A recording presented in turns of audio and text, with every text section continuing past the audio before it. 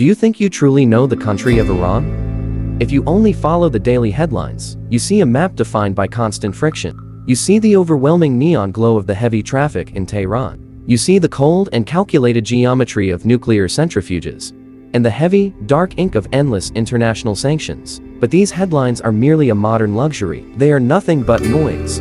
Somewhere far beyond the reach of the 24-hour news cycle, there is an older Iran.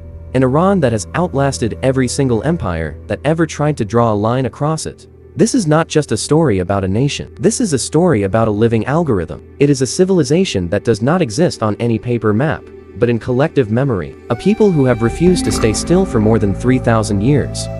Allow me to introduce you to the Kashkai and the Bakhtiari nomads. To the outside world, they are seen as nothing more than wandering herders. But to the mountains, they are the only ones who truly possess the secret code. They navigate these lands using nothing but the subtle direction of the wind, and the very specific quality of the morning light on a ridgeline at 4 in the morning. The Zagros Mountains are not just giant rocks. They are a massive vertical calendar, a folded system of limestone ridges, high valleys, and seasonal flowing rivers. The temperature differential between the summit and the plain can exceed 70 degrees. In this landscape, if you choose to stay in one fixed place for too long, you will die. If you move your family and animals too early, the mountain passes are choked with snow. But if you move too late, the precious lowland grass has already turned to dry dust. Witness the absolute precision of their seasonal movement across the terrain. This is not a random wander. This is a very high-stakes mathematical calculation. The mountain landscape does not permit any form of comfort at any fixed point. Comfort is only found at the right elevation, the right season, for the right duration. The animals are the biological processors that drive this entire nomadic system. They turn the wild mountain grass into vital protein, warm wool, and fresh milk. But these animals are also incredibly sensitive biosensors for the tribe. They can hear the low-frequency vibration of a flash flood long before it arrives. They can smell the presence of moisture in the air from over 5 miles away.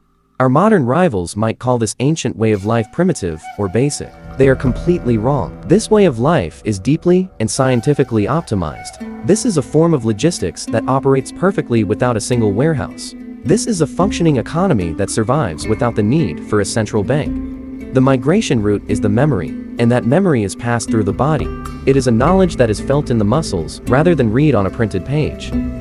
Consider the sheer scale of the trek. Families carry every single thing they own. Their tents, their looms, their dried food, and even the newborn lambs on their backs. They move along ancient routes that have been memorized across dozens of generations. There are no written maps here. The terrain itself is the ultimate guide. This place did not become a highway for migration by some random accident. For more than 3,000 years, the Zagros served as a vital cultural corridor. Successive waves of cultures, from the Elamites to the Medians, used this path. Each generation layered new environmental knowledge onto the same geographic logic. They learned which valleys held the most minerals and which ridges deflected the wind. But now, modern asphalt roads are cutting across these ancient and sacred passes. They are built at sharp angles that the animals cannot safely or easily cross. Routes that once moved unobstructed for hundreds of miles are now being fragmented. They crash against modern infrastructure that was never designed with migration in mind. This is a collision between two different concepts of time and two different worlds. One world is built on the speed of the engine and the rigidity of the concrete. The other world is built on the pace of the hoof and the flexibility of the tent. Now, let the Alborz range as it rises abruptly from the blue Caspian shore. It is a volcanic wall of permanent snow and incredibly dense green forest. It separates the humid north from the dry Iranian plateau with the sharp suddenness. At its very center stands the mighty Damavand, a massive and dormant volcano. Reaching over 18,000 feet, it is visible from nearly 100 miles away.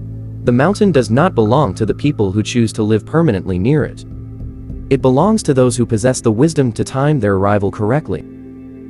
The nomadic communities treat Damavand not as a landmark, but as a critical signal. It is an elevation threshold marking a very brief window of summer abundance. High in the meadows above the tree line, the grass is incredibly rich in minerals. Livestock graze here to build essential reserves of fat and strength for the winter. This specific nutrition is simply unavailable at any of the lower altitudes. In the deep shadow of the volcano, the women set up their horizontal ground looms. Children who have never attended a formal school learn the art of complex navigation. They learn animal medicine and how to read the weather from the landscape itself.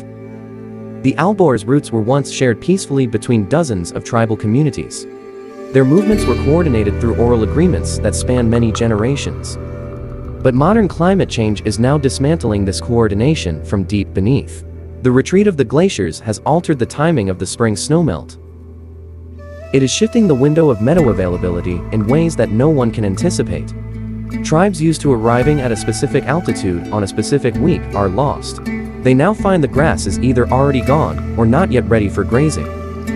If the mountain taught survival through movement, the desert taught it through stillness. And what was built in that stillness has outlasted almost everything we know. Everything the modern world considers to be permanent is being challenged here. The city of Yazd sits quietly at the edge of the Great Desert in central Iran. It is surrounded by harsh desert on three sides and sustained by water channels. These are the qanats, ancient underground networks that reach deep beneath the surface. They carry groundwater to the city across distances of up to 30 miles. This entire system is powered by gravity, without any mechanical intervention. The qanats of Yazd are among the oldest operating infrastructure in the world. Some date back more than 2,000 years, and still function perfectly today. They made permanent settlement possible in a landscape with almost no rain at all. The city that grew around them is architecturally unique and truly distinctive. Wind towers rise above the roofline to draw cool air into the living spaces. Narrow streets generate their own shade, creating a microclimate of cooling. This is a density of material intelligence recorded in stone and mud brick. It is thousands of years of accumulated knowledge about surviving in extreme heat. For the nomads whose migration routes intersect with this fixed qanat belt, Yazd represents a completely different form of human adaptation and survival. It is not the mobile intelligence of the herder, but the fixed logic of the builder. It is an approach to the desert that chose depth over movement and flexibility. The relationship between these two systems has never been a simple one to explain. Nomads traded their wool, dairy products, and livestock with these settlements. Settled communities traded their grain, tools, and market access with the herders. Each system depended on the other in ways that neither side fully acknowledged. What the qanat belt demonstrates is that the desert produced multiple intelligences. And now, both of these ancient systems are under pressure from a changing world. Groundwater extraction is lowering the water table that the qanats depend upon. Urban employment is drawing the young people away from the ancient herding routes. The high plateau of Kaharmal and Bakhtiari opens up every year in early June. Its grasslands emerge from the melting snow into a brief and dense flowering. This abundance lasts only 8 weeks before the bitter cold returns to the land. The plateau is wide, mineral-rich, and biologically generous in this window. Arriving here after weeks of difficult passage, the nomadic column finally slows down. The animals spread across the lush grass and the black goat hair tents go up. The construction of the camp follows a spatial logic that encodes generations of skill. Knowledge about drainage, wind direction, and grazing rotation is applied here. A village appears on empty ground in under an hour, arranged with perfect order. It reflects the social hierarchy and functional organization of the community. The elder's tent is at the center, with water excess positioned on one side. The livestock enclosures are placed to prevent contamination of the sleeping area. A village is born on new land, fully formed in the span of a single morning. Within it, life runs on a division of labor that has been refined by necessity. Women weave on ground looms, producing carpets with geometric patterns. Each motif is a statement about landscape, cosmology, and their tribal identity. Men manage the herds and begin preparing for the eventual descent from the hills. The plateau is a treasury, a workshop, and a social calendar all at once. But in 6 to 10 weeks, it will be completely and utterly abandoned once more. The tents will be folded, the looms packed, and the ground returned to the grass. It will be as though the entire village had been only a beautiful dream. The Lake Nomadic and the Dashi Kavir Salt Desert occupy the geographic center. They are thousands of square miles of crystallized mineral flats and salt marshes. In these places, summer temperatures frequently exceed 100 degrees. The surface reflects the sky with a flatness so extreme that the horizon disappears. It is a landscape that appears, at first glance, to functionally exclude all life. Almost nothing grows here, and almost nothing moves during the height of summer. The desert does not invite entry. It seems to warn all living things to stay away. Yet, the margins of the Kavir have been incorporated into the nomadic system. They transform the most hostile feature of the desert into a vital biological asset. The mineral deposits exposed along the dried lake edges are rich in sodium. They contain trace elements that are completely absent from the highland pastures. These elements are precisely what livestock bodies need after months on the grass. Herders who route their migrations through these salt zones see measurable results. Their animals return in much better condition than those who bypass the salt. This was not discovered through modern study, but through empirical observation. It was learned over hundreds of generations by watching animals lick the deposits. This sophisticated ecological understanding exists in the simple act of walking. But as younger generations bypass these routes for faster roads, knowledge fades. This information is not archived in books. If it is not applied, it is lost forever. Now, look to Firuzabad, sitting in a topographic depression in the Fars province. It is enclosed by ridges on 3 sides and open only to the warm southeast. This configuration traps warmth and deflects the cold northern winter winds. It sustains a microclimate that is measurably milder than anything around it. Through the months of winter, the basin floor holds the moisture from the rains. Lambs are born here in the early spring, their timing perfectly calibrated. The light in winter here is low, golden, and incredibly long across the fields. This is where nomadic life consolidates and finds a moment of temporary rest. Women work at their looms through these weeks when the movement has stopped. Their hands have the time to do what the constant migration normally prevents. The cashkay carpets they create are not decorative in their original intention. They are records of migration routes encoded in sophisticated geometric abstraction. Tribal territories are marked in color and cosmological beliefs in the motifs. These carpets also serve as the essential economic reserves for the family. They represent portable wealth that can be sold to purchase grain or tools. This is also where the religious and spiritual life of the community deepens. The Kashkay practice an Islam that is deeply inflected by a Sufi sensibility. Their orientation toward the divine finds its expression in the open sky. The call to prayer rises into an emptiness that is too large to ever contain it. They do not separate the sacred from the landscape they walk upon every day. Lorestan occupies a transitional highland zone in the northern Zagros Mountains. Here, the rugged country begins to soften into beautiful rolling highlands. The elevation is high enough for cool grazing, but low enough to remain accessible. The landscape is characterized by broad valleys and limestone ridges. Oak scrubland and open grassland create a rich and diverse biological mosaic. This area supports multiple communities without the usual resource competition. It is a landscape built for congregation and social gathering rather than isolation. The pause at Lorestan is not for rest, but for concentrated business and trade. Tribes converge here in the brief window between winter and summer pastures. They exchange wool, medicinal plants, and crucial information about the roots. Disputes are mediated here and marriages are arranged between the families. But modern political geography has imposed new complications on this convergence.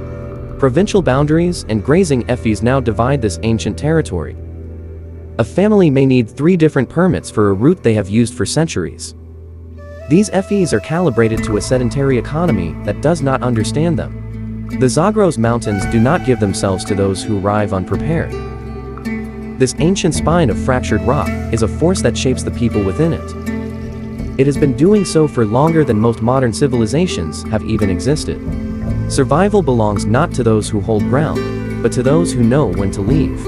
What you see here is not a performance of the past, it is absolute precision. Before the valley catches the light, the black goat hair tents are coming down. They are folded with an efficiency that only centuries of repetition can produce. Loaded onto camels and mules, moving through loose shale without any hesitation. These animals are the archive, the currency, and the reason the family is here. They are still moving, still reading the mountain, and still trusting the sky. Semiram sits at the convergence of several major nomadic corridors in the highlands. It is a valley system that funnels movement from the passes toward the plains. Its importance is entirely relational to the system of nomadic transit. What happens here is the informal economy of nomadic life, in its purest form. Settlement of debts, negotiation of rights, and the hiring of additional herders. None of this is recorded in any official or administrative government register. All of it operates through memory, relationship, and accumulated reputation. A man's word at Semirام carries the weight of his father and his grandfather. But this economy of trust is beginning to fracture at its generational joints. Young men return from the cities with different ideas about how to define property. The oral systems were never designed to be explained to curious outsiders. The Khuzestan Plain extends across the southwestern lowlands toward the Gulf. It is a wide and flat landscape fed by the rivers descending from the Zagros. Its mild winters produce dense grasses where months earlier the ground was dry. It is horizontal and hazy, now interrupted by the infrastructure of oil production. The contrast between the herds and the oil extraction on the horizon is literal. For those completing the descent, Khuzestan is the essential recovery room. Animals depleted by hundreds of miles of terrain regain their strength here. There is no winter idleness. The maintenance of a viable herd is technical work.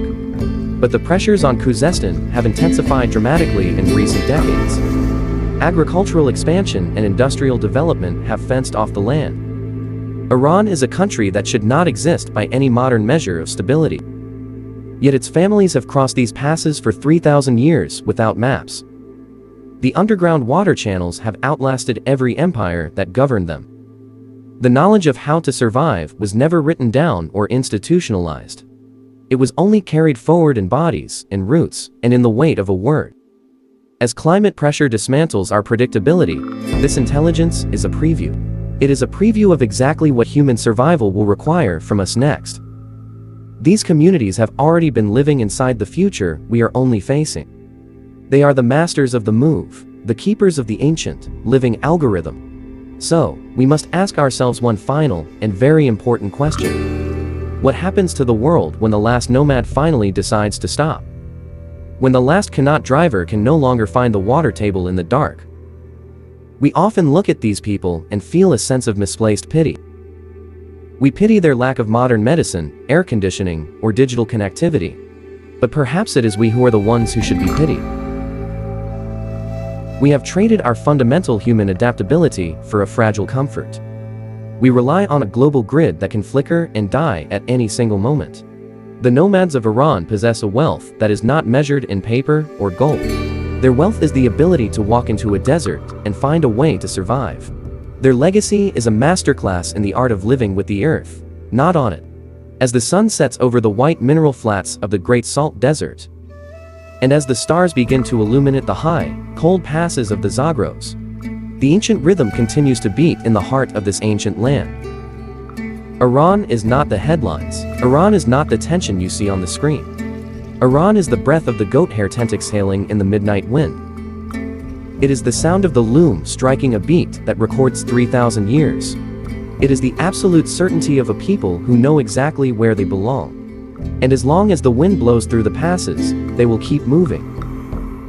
They are the guardians of the code. They are the living algorithm. Thank you for joining us on this journey through the hidden heart of Iran. May we all find a bit of their resilience in the uncertain years ahead. As I look at the vast, serrated peaks of the Zagros, my heart weighs heavy. This is a land of profound poetry and ancient wisdom, now caught in the shadow of armed conflict. It is painful to see a cradle of civilization, which taught the world how to endure, facing such turbulence. Beyond the political friction and the smoke of modern battles, there are real families, real stories, and a heritage that belongs to all humanity. I find myself deeply moved by the resilience of the Iranian people, who have outlasted countless storms throughout history. My only hope is that the drums of war will soon be replaced by the quiet songs of the looms. We pray for a return to normalcy, where the only migration is the seasonal search for green pastures. May peace return to the plateau, and may the living algorithm continue to run in a world without fear.